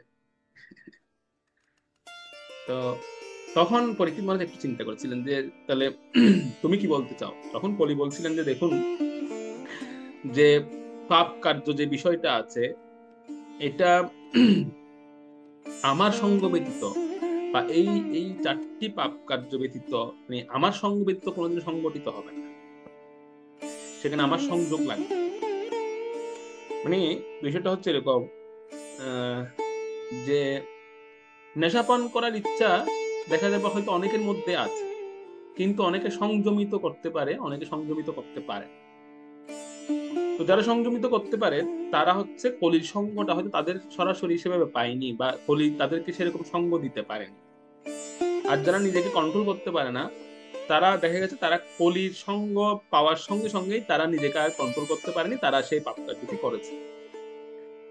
সেম ভাবে মাংসাহারের ইচ্ছা অনেকের থাকতে পারে, কিন্তু অনেকে কন্ট্রোল করছে, কারণ কলি তাকে সঙ্গ দিয়ে কুলাতে পারছে না, বা কলি সঙ্গটা তার মধ্যে প্রভাব ফেলতে পারছে না। কিন্তু অনেকে হয়তো নিজেকে কন্ট্রোল করতে পারছেন না, কলি সঙ্গের দ্বারা সে প্রভাবিত হয়ে যাচ্ছে। তো কলি এই জিনিসটা মহারাজ পরীক্ষিতকে বলছেন লজিক্যালি যে মহারাজ দেখুন, আমার সঙ্গ ব্যতীত কেউ এই 4টি পাপ কার্য করতে পারবে না, তো আমার সঙ্গ তো তাকে দিতে হবে। এখন কেউ যদি মনে করে যে আমার এর মধ্যে আমার সঙ্গ আছে, আমি থাকবো, সেই ভয়ে যদি কেউ এই পাপ কার্যের ধারে কাছেও না যায়, তখন কি হবে? আমি আমি আমি জানি না আপনারা বিষয়টা বুঝতে পেরেছেন কিনা। যদি বুঝতে না পেরে থাকেন ক্লাস শেষে প্রশ্ন করবেন। তো এখানে কিন্তু একটা জিনিস কলি যে জিনিসটা বোঝাচ্ছেন যে আমার সরাসরি প্রত্যক্ষ সঙ্গ করতে হবে মানুষের, মানে তাদের যাদেরকে আমি প্রভাবিত করবো। কিন্তু কেউ যখন জানতে পারবে যে আমি আছি, এটা জেনে সে ওই ওই ওই বিষয়টার ধারে কাছেও যাবে না, তখন আমি তাকে প্রভাবিত করবো কিভাবে, সঙ্গ দেবো কিভাবে? তো আমাকে এমন একটা স্থান দিন যেই স্থানটা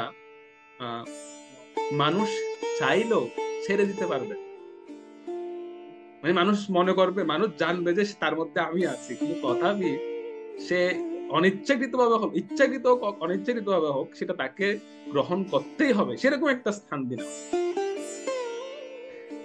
তো মহারাজ পরীক্ষিত মহারাজ চিন্তা করছেন যে এরকম কি আছে এই জগতে যে যেটা মানুষ না চাইলেও তাকে ধারণ করতে হবে, বা না চাইলেও তাকে সেটা জিনিসটা নিতে হবে, এরকম কি জিনিস আছে? মানে কলি এটাই বোঝাচ্ছেন যে এমন একটা স্থান আমাকে দিন যেটার দ্বারা আমি একজন ব্যক্তির উপর প্রভাব ফেলতে পারবো, তার কাছাকাছি যেতে পারবো, সেরকম জিনিস দিতে হবে, দূরে দূরে না। এখন যে 4টা স্থান দিয়েছেন সেগুলো কিন্তু দূরে দূরে বিষয়টা, কেউ না চাইলে করবে না, কেউ না চাইলে যাবে না। কিন্তু এমন একটা স্থান দিন যেই জিনিসটা সে তার খুব কাছাকাছি থাকবে, এবং আমিও সেই ব্যক্তিটার খুব কাছাকাছি গিয়ে যেতে পারবো ওই ওই ওই জিনিসটার মাধ্যমে, যাতে আমি তাকে প্রভাবিত করতে পারি। তখন পরীক্ষিত মহারাজ যেহেতু রাজপুরুষ, তিনি তো বুঝতে পেরেছেন যে সে কি বোঝাতে চাচ্ছে, যে এমন একটা স্থান দিন যেটা আমার অধিকারে থাকার, আমার অধিকারে আছে এটা জানার পরও মানুষ সহজে সেই বিষয়টাকে ত্যাগ করতে পারবে না। তখন ছিল সুধ গোস্বামী পাদ বর্ণনা করলেন যে কোন স্থানটি পরীক্ষিত মহারাজ দিয়েছিলেন। আমরা 39 নম্বর শ্লোকে যাই। 39 নম্বর শ্লোক। শ্লোক নাও 39। পুনশ্চ याचमानाय जातारोपमदप्रभो ततो नृतमुदं कामं रजोबैरं च पञ्चमम्। অনুবাদ: কলি উক্ত চতুর্বিধ স্থান পাওয়া সত্ত্বেও পুনরায় স্থান প্রার্থনা করলে মহারাজ পরীক্ষিত তাকে সুবর্ণে বসবাসের অনুমতি দান প্রদান করলেন, কেননা যেখানে সুবর্ণ সেখানে মিথ্যা, মত্ততা, কাম এবং হিংসা বর্তমান। সুবর্ণ মানে আপনারা বুঝতে পারছেন, সুবর্ণ মানে হচ্ছে স্বর্ণ, সবার সবার কাছে আছে এটা, ঠিক আছে? এটা না চাইলেও আমাদের ভালো লাগে এই জিনিসটা, মানে এটা না থাকলেই যেন অপূর্ব, সবার মধ্যে আছে। তো এখানে সুবর্ণ মানে স্বর্ণ অর্থে শুধুমাত্র আমরা যে স্বর্ণ ধারণ করছি সেটা নয়। আমি হয়তো কোন একটা ক্লাস আমি বলেছিলাম যে এই সুবর্ণের অর্থ হচ্ছে বিনা পরিশ্রমে উপার্জিত যে কোনো ধন, সেটা অর্থ হতে পারে, সেটা স্বর্ণ হতে পারে, যেটা বিনা পরিশ্রমে উপার্জন করা হয়েছে, সেই স্থানে কলি বসবাস করে। সেটা স্বর্ণ হোক, অর্থ হোক, যা যেটা হবে, যেটা বিনা পরিশ্রমে আমরা প্রাপ্ত, সেই বস্তুর মধ্যেই কলি অবস্থান করে। এখানে কিন্তু সুবর্ণ বলা হয়েছে যদিও, কিন্তু আমাদের গোস্বামীরা এখানে লিখছেন সুন্দরভাবে যে এখানে সুবর্ণ অর্থ বোঝানো হচ্ছে বিনা পরিশ্রমে উপার্জিত যে কোনো লভ্য বস্তু, মানে যেই বস্তুটা আমরা প্রাপ্ত হই। স্বর্ণ হতে পারে, তবে স্বর্ণকে ইঙ্গিত করা হচ্ছে জন্যই যে স্বর্ণের প্রতি আমাদের আকর্ষণটা সবচেয়ে বেশি। এটা এমন একটা বস্তু যেটা যার মধ্যে যদি আপনি সারাদিনও বলেন যে কলি আছে, কলি আছে, কলি আছে, তারপরও দেখবেন এইটা ছাড়া চলবে না। তো সেজন্য এখানে স্বর্ণটাকে বেশি আখ্যা দেওয়া হয়েছে। তো এর মধ্যে কি কি আছে? এর মধ্যে 4টা জিনিস বিদ্যমান এই সুবর্ণের মধ্যে। সেটা হচ্ছে, একটা হচ্ছে মিথ্যা, মত্ততা, কাম এবং হিংসা। এই 4টা জিনিস বিদ্যমান।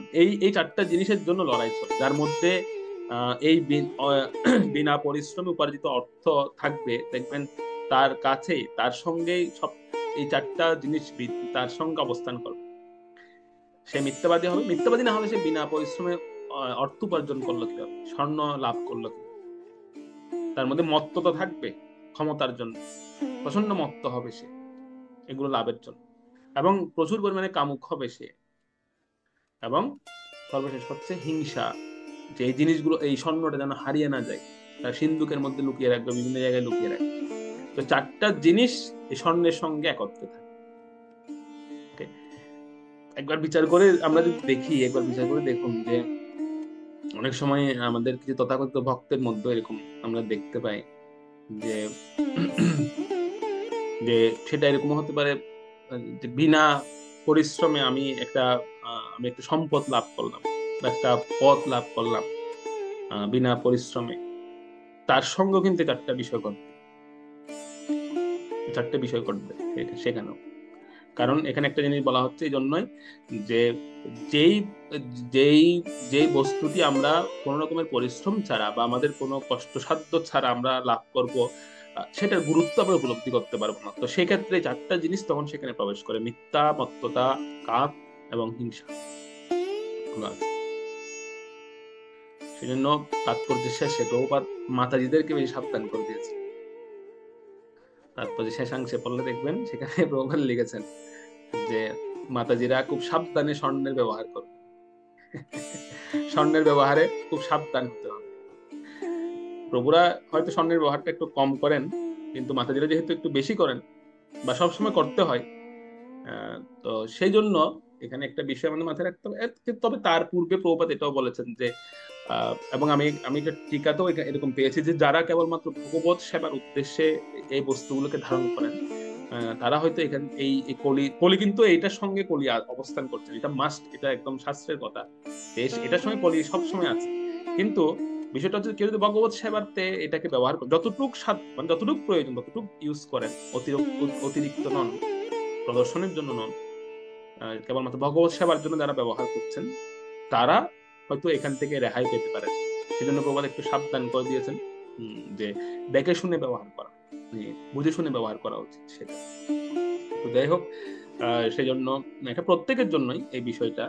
তো কলিকে মহারাজ পরীক্ষিত ছিলেন অত্যন্ত সরল, তিনি কলিকে এই সুবর্ণের মধ্যে স্থান দিলেন, 5ম স্থান সুবর্ণের মধ্যে বা বিনা পরিশ্রমে উপার্জিত যে কোনো বস্তুর মধ্যেই তিনি স্থান দিলেন।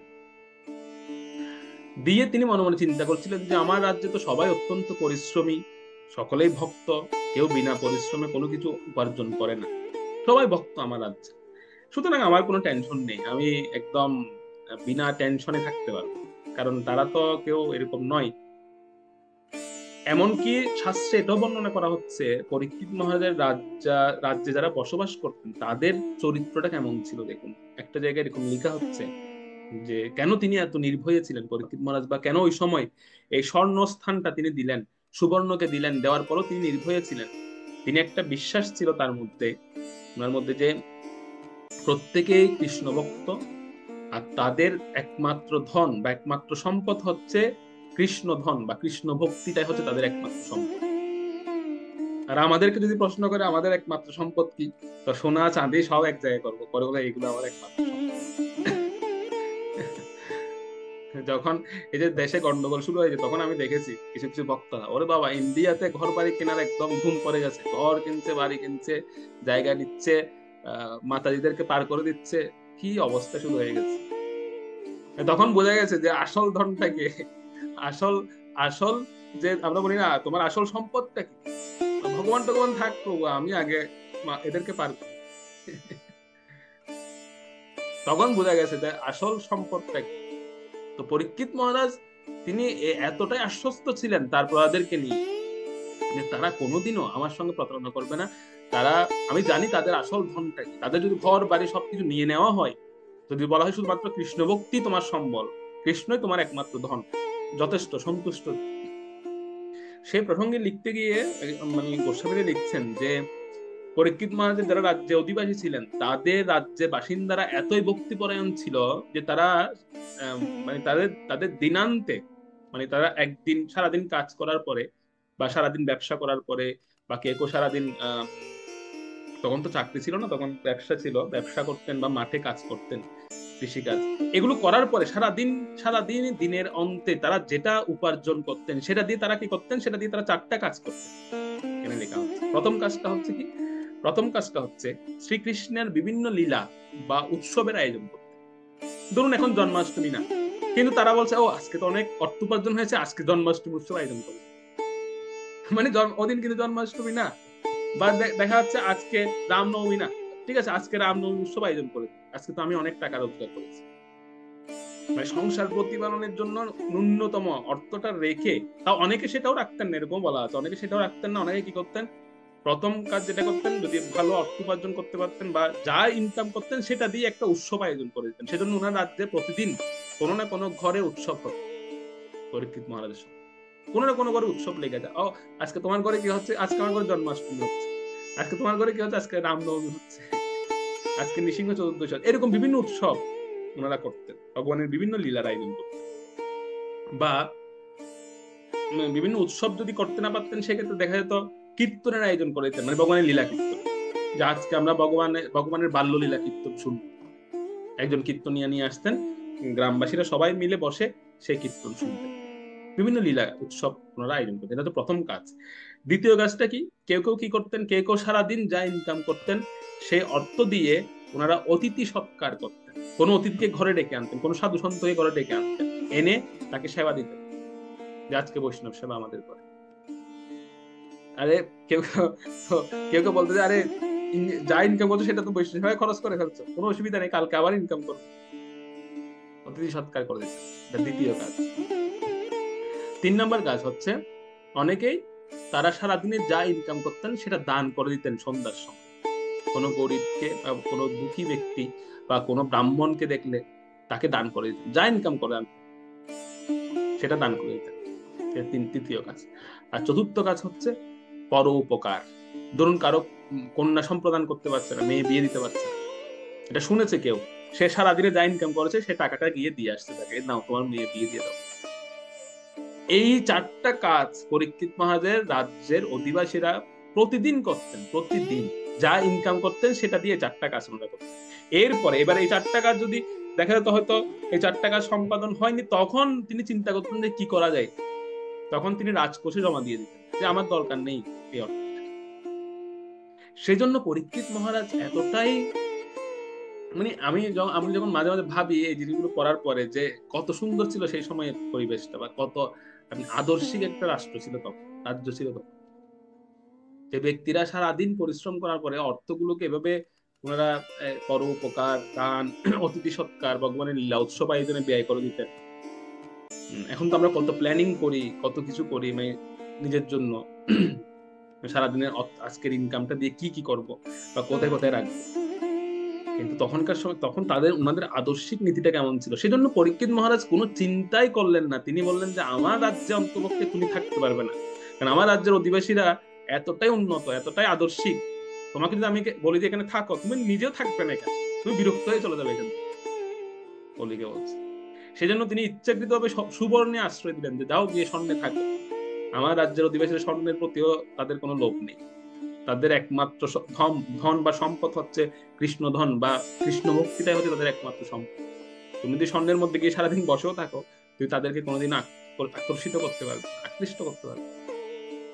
সেজন্য তিনি নির্ভয়ে স্বর্ণের স্থান দিলেন। তো কিন্তু প্রথম দিকে তো খুব পরীক্ষিত মহারাজ খুব নিশ্চিন্ত ছিলেন, কিন্তু দেখছিলেন যে কলি খুব হাসছে, পরীক্ষিত মহারাজ হাসছেন, কলিও খুব হাসছে। পরীক্ষিত মহারাজ হাসছেন এজন্য যে তুমি নিশ্চিন্তে গিয়ে বসবাস করো এই 5টা স্থান, আমার রাজ্যে 5টা জিনিসের প্রতি কারো কোনো মায়া মোহ নেই, বা তারা এই 5টা জিনিস দ্বারা প্রভাবিত না, তারা কৃষ্ণ ভক্তি করার জন্য তারা আছে। এবং আরো একটা কারণে পরীক্ষিত মহারাজ হাসছিলেন, সেটা হচ্ছে যে আমি তোমাকে সুবর্ণের স্থান দিয়েছি জন্যই যে মানে বিনা পরিশ্রমে উপার্জিত অর্থের মধ্যে স্থান দিয়েছে এজন্যই যে আজকে থেকে যারা কালোবাজারি আছে, মানে যারা অবৈধভাবে অর্থ উপার্জন করে, তারা আজকে থেকে আর সেটা করবে না। তারা যখন জানতে পারবে যে তার মধ্যে তুমি অবস্থান করো, তখন থেকে তারা সাবধান হয়ে যাবে। তখন তারা বলবে যে বাবা, আর আজকে থেকে অবৈধ পথে টাকা রোজগার করবো না, সৎ পথে টাকা রোজগার করবো, কৃষ্ণ ভক্তি অনুশীলন করবো। মানে তারা আস্তে আস্তে, তারা তো আগে কৃষ্ণ ভক্তি ছিল না, কিন্তু তারাও আস্তে আস্তে ধীরে ধীরে কৃষ্ণ ভক্তির দিকে আসবে। সেই জন্য আমি তোমাকে এই জায়গায় স্থান দিয়েছি, সুবর্ণের স্থান দিয়েছি। তখন কলিও হাসছিলেন, কলি অট্টহাস্য করছিলেন। পরীক্ষিত মহারাজ বলছেন, তুমি হাসছো কেন? তখন কলি বলছিলেন যে আপনি খুব খুব খুশি না, তাদেরকে আপনি কৃষ্ণ ভক্ত বানাবেন, যারা কৃষ্ণ ভক্ত নয় তাদেরকেও তারাও কৃষ্ণ ভক্ত হয়ে যাবে। আচ্ছা, আপনার মধ্যে এত কনফিডেন্স, তো ঠিক আছে, দেখা যাক তারা কৃষ্ণ ভক্তিতে আসতে পারে কিনা, আমিও দেখে নেব। তাদেরকে আমি এমন সঙ্গ দেব, কৃষ্ণ ভক্তির ধারে কাছেও যেতে দেবো না তাদের। কলি হাসতে হাসতে বলছিলেন যে আপনি খুব খুব খুশি হয়েছেন যে তারা আজকে থেকে অধার্মিকরাও কৃষ্ণ ভক্ত হয়ে যাবে না, তাদের পরিবেশটা এমন সৃষ্টি করে দেবো আমি এই 5টা জিনিস দিয়ে, কৃষ্ণ ভক্তি তাদের কাছ থেকে শত শত দূরে চলে যাবে। এবং তার বাস্তব দৃষ্টান্ত দেখতে পাচ্ছি বর্তমানে, যে এই বিনা পরিশ্রম উপার্জিত অর্থ যাদের হাতে আছে, যার কাছে আছে, সে ভক্ত হোক আর সে কর্মী হোক, প্রত্যেকের একই অবস্থা। এমন পরিবেশ চারপাশে সৃষ্টি করে রেখেছে বা সৃষ্টি হয়ে গেছে, রিয়েল কৃষ্ণ ভক্তির স্বাদটা সে পাচ্ছে না। ছুটোছুটি করছে সে, আমার এত অর্থ আছে, এত টাকা আমার কাছে আছে, কিন্তু আমি শান্তি পাচ্ছি না কেন? বিভিন্ন জায়গায় ছুটোছুটি করছে, দেখবেন বিভিন্ন জায়গায় দৌড়াচ্ছে, শান্তি নেই তার মধ্যে। অথচ একজন দীন ও দরিদ্র, যার হয়তো ডেলি রোজগার করে, যার হয়তো অত সঞ্চয় নেই, কিন্তু সে অনেক সুন্দরভাবে কৃষ্ণ ভক্তি অনুশীলন করছে, খুব পরম তৃপ্তি সহকারে সে জীবনযাপন করছে, যেটা একজন তথাকথিত ভক্তের মধ্যেও নয়, যে যার কাছে এই বিনা পরিশ্রমে উপার্জিত অর্থ আছে। খুব ভয়ঙ্কর এটা। সেজন্য কলিও হাসছিলেন, সে সময় খুব হাসছিলেন। তো কলিও মহানন্দ হাসতে লাগলেন, এবং তার পরবর্তীতে কি করলেন সে প্রসঙ্গটা বলা হচ্ছে 40 নম্বর শ্লোকে। 40 নম্বর শ্লোকে আমরা দেখ, 40 নম্বর শ্লোকটা পড়ুন। শ্লোক 40।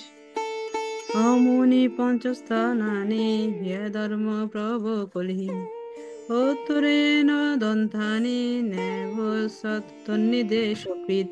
অনুবাদ: অধর্মাশ্রয় কলি উত্তরানন্দন পরীক্ষিতের আজ্ঞা শিরোধার্য করে তার দেওয়া সেই 5টি স্থানে বাস করতে লাগলো।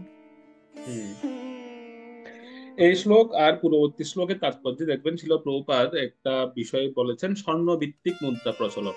স্বর্ণভিত্তিক মুদ্রা প্রচলন এই শব্দটা তিনি ব্যবহার করেছেন, যেটা বর্তমানে চলছে, বর্তমান সময়ে চলছে।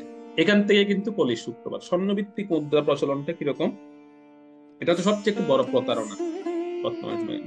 মানে আপনি স্বর্ণ দিবেন, স্বর্ণের বিনিময়ে অর্থ, বা অর্থের বিনিময়ে স্বর্ণ। যেমন আমরা যদি একটু বিচার করে দেখবেন, আপনি 1 ভরি স্বর্ণের দাম ধরুন 1 লাখ টাকা, 1 ভরি স্বর্ণের দাম।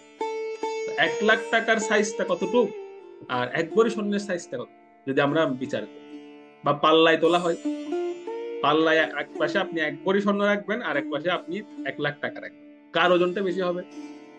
টাকার ওজনটা কিন্তু বেশি হবে। তো এইটা হচ্ছে একটা মানে কপটতা করার মতোই। তো স্বর্ণের পরিমাণটা হচ্ছে খুব কম, কিন্তু টাকার পরিমাণটা অনেক বেশি। একটা সময় এরকম ছিল যে স্বর্ণের বিনিময়ে স্বর্ণ প্রচলন। প্রবাদ বলছে ওটা ঠিক আছে, এটা গ্রান্টেড। ওই সময় কেউ দুর্নীতি করতো না। আপনি যদি নকল স্বর্ণ দেন, তো জহুরি সে তো চিনতে পারবে, সহজে ধরে ফেলতে পারত। এখন যদি আপনি স্বর্ণ কিনতে গিয়ে জাল টাকা দেন, অনেক সময় ধরা পড়ে না। এবং জাল টাকার উৎপত্তি হয়েছে কিন্তু সেই কারণ নকল টাকা, যে আমি টাকা দিয়ে আসল জিনিসটা কিনে নেব। এবং নকল স্বর্ণের উৎপত্তি হয়েছে এই কারণ, স্বর্ণের দাম তো অনেক বেশি, তো আমি নকল স্বর্ণ দিয়ে প্রচুর টাকা নেব। দেখুন, এই যে স্বর্ণ, যেটাকে প্রভুপাদ এখানে বলছেন স্বর্ণ ভিত্তিক মুদ্রা বিনিময়, এটা খুব ভয়ঙ্কর। এখান থেকে কলির সূত্রপাত। স্বর্ণের বিনিময়ে টাকা, টাকার বিনিময়ে স্বর্ণ, এটা ঠিক নয়। প্রভুপাদ বলছেন এমন হতে পারে স্বর্ণের বিনিময়ে স্বর্ণ হয়, তাহলে ঠিক থাকে, সেক্ষেত্রে দুর্নীতিটা কম হবে।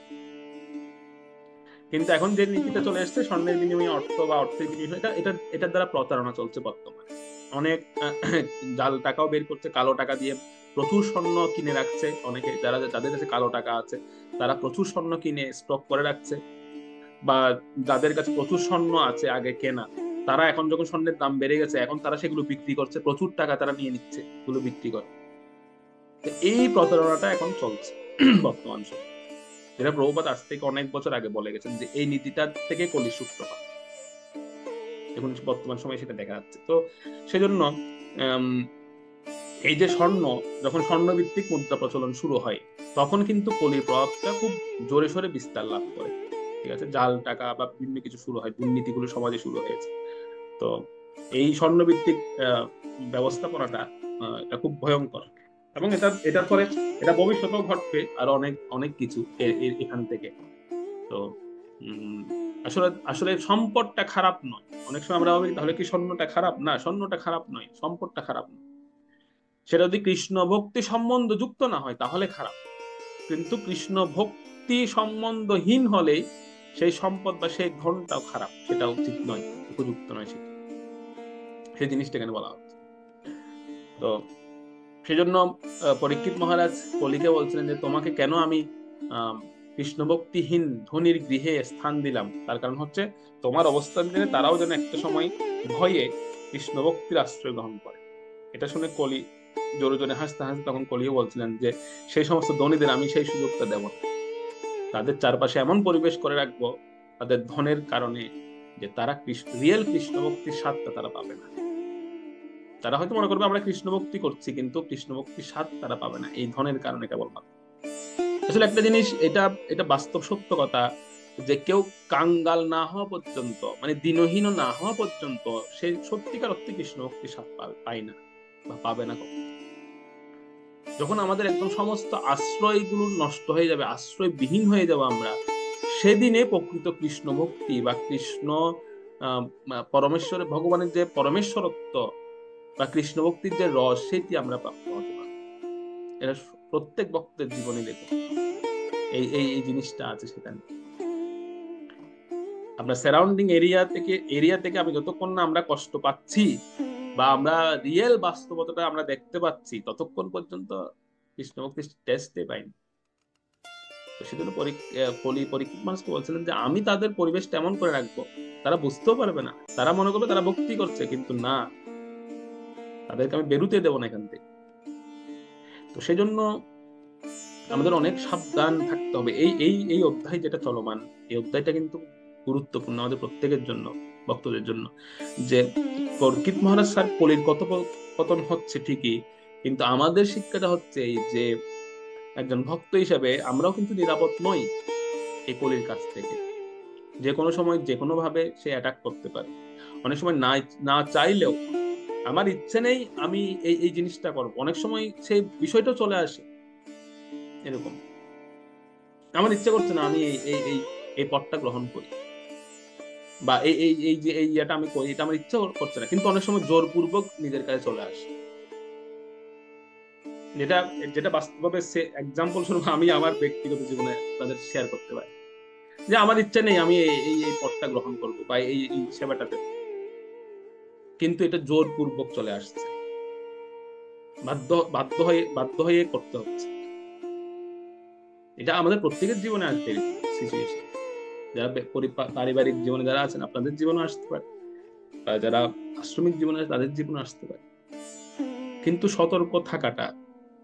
তবে এই সতর্কতাটা এটা আমি বলবো না এরকম এটা নিজের উপর কেবলমাত্র নিজের উপর ছেড়ে দিলে হবে না, এটা বৈষ্ণবদের কাছে ভক্তদের কাছে প্রার্থনাও করতে হবে যে যেন অন্তপক্ষে নিরাপদ থাকতে পারি। নিরাপদ থাকাটা অনেক কঠিন, অনেক কঠিন, তা অনেক কঠিন নিজেকে সবকিছু থেকে নিরাপদ রাখা বা নিরাপদ থাকা, কিন্তু প্রার্থনা শক্তিটা এমন যে প্রার্থনা করলে হয়তো এটা সম্ভব হতে পারে, কিন্তু অনেক কঠিন, বললাম এটা এত সহজ সম্ভব নয়।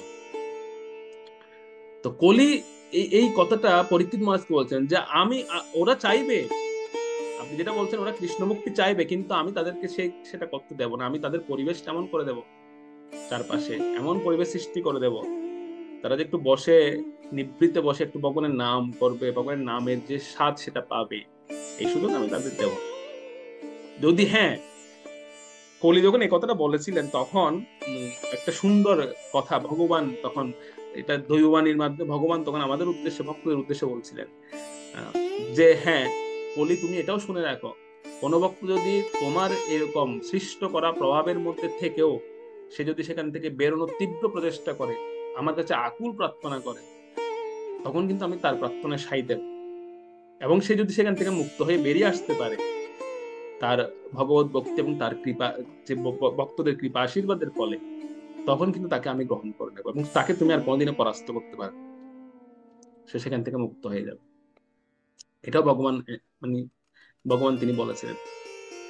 তো সেই জন্য কলি আমাদের জন্য একটা বড় সাবধান মানে দিয়ে রাখছেন প্রত্যেকের জন্য, প্রত্যেক ভক্তদের জন্য, যে এই কলিকে আমাদের আমরা প্রত্যেকে কিন্তু কলিকে স্থান দিচ্ছি, প্রত্যেকেই দিচ্ছি আমরা, কেউ কেউ জেনে শুনে দিচ্ছি, কেউ না জেনে দিচ্ছি, প্রত্যেকে আমরা কলিকে আশ্রয় দিচ্ছি। তো কলিকে আশ্রয় দিলে আমাদের জীবনে কি নেমে আসতে পারে, একদম একদম একদম পার্সন টু পার্সন ভাই। ব্রাহ্মণ আশ্রয় দিলে কি হবে, ক্ষত্রিয় আশ্রয় দিলে কি হবে, একজন সন্ন্যাসী আশ্রয় দিলে কি হবে, একজন ব্রহ্মচারী আশ্রয় দিলে কি হবে। কেউ যদি কলিকে আশ্রয় মানে প্রশ্রয় দিই, মানে কলি এসেছে আমার জীবনে, আমি তাকে প্রশ্রয় দিচ্ছি, বাতাস দিচ্ছি, তাহলে কি হতে পারে সেটা আগামী 41 নং শ্লোক থেকে আমরা পড়বো। 40 নম্বর শ্লোক থেকে আমরা পরবর্তী 8টি শ্লোকে আমরা সেই বিষয়ের উপর আলোচনা করব। হরে কৃষ্ণ কৃষ্ণ কৃষ্ণ হরে হরে, হরে রাম রাম রাম হরে হরে। গ্রন্থরাজ শ্রীমদ্ ভাগবত মহাপুরাণ কি জয়।